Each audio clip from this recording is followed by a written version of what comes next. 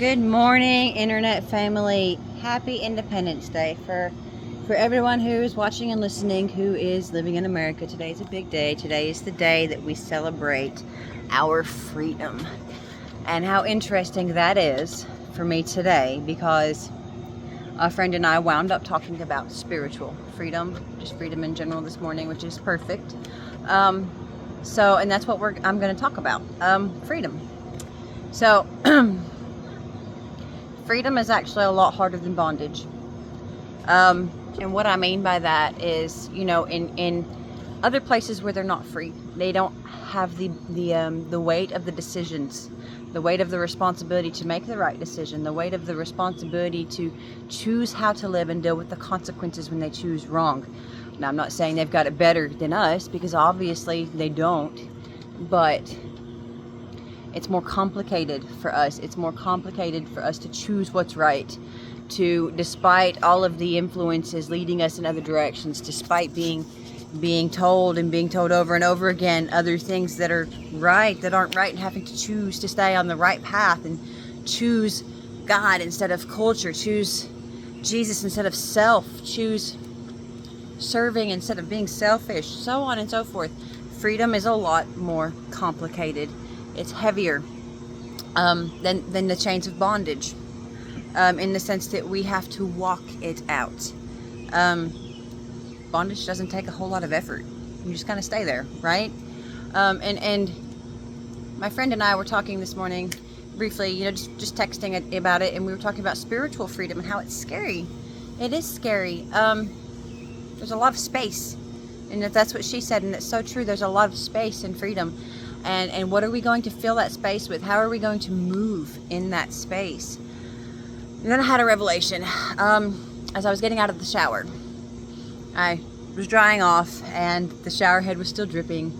And after I had dried off, I got under the shower head, and I got wet again. And I realized, as I was just, second nature, just drying it back off, that this is something that I obviously do frequently, because it didn't even faze me. My autopilot just like, yeah, okay.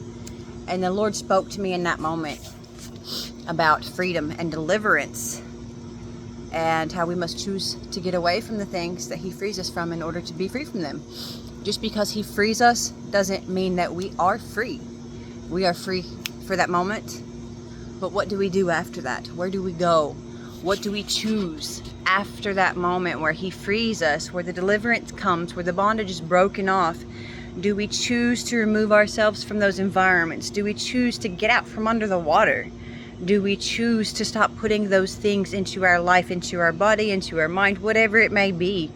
Any kind of addiction, any relationship, any beliefs, whatever it may be. After we are freed from it, do we remain in freedom, which is a choice and an action that we have to make every single moment?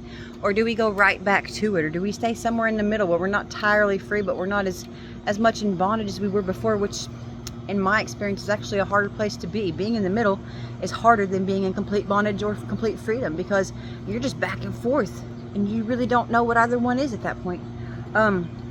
So that was a oof moment for me, when He spoke that to me, because I've experienced deliverance from certain things so many times. Like, I'm free, I'm done, I'm away from it. Thank you, Lord, for this revelation. Thank you, Lord, for your truth.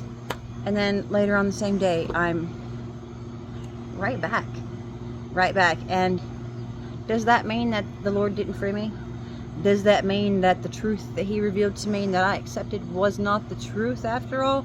No, absolutely not. The Lord doesn't lie.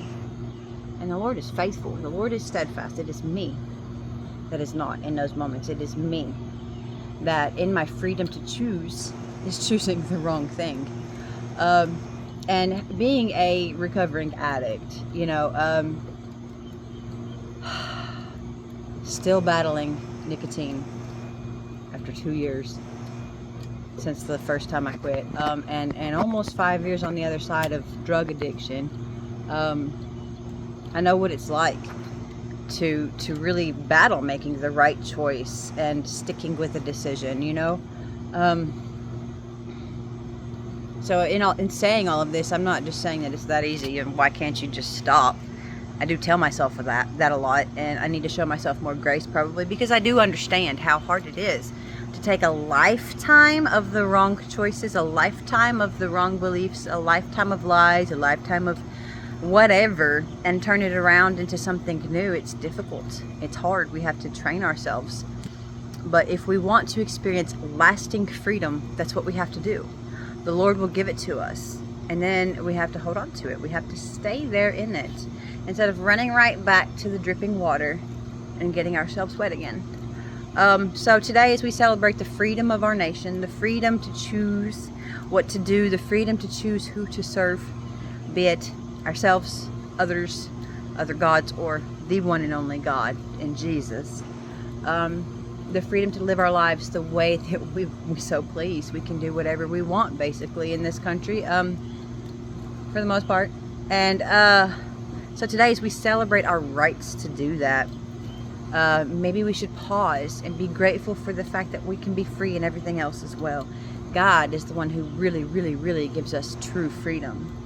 And we could ask ourselves today if we're actually receiving that and actually living in that, or if we're taking that freedom and using it to choose to not be free, to choose to live in bondage, to choose to be trapped, to choose to be stuck.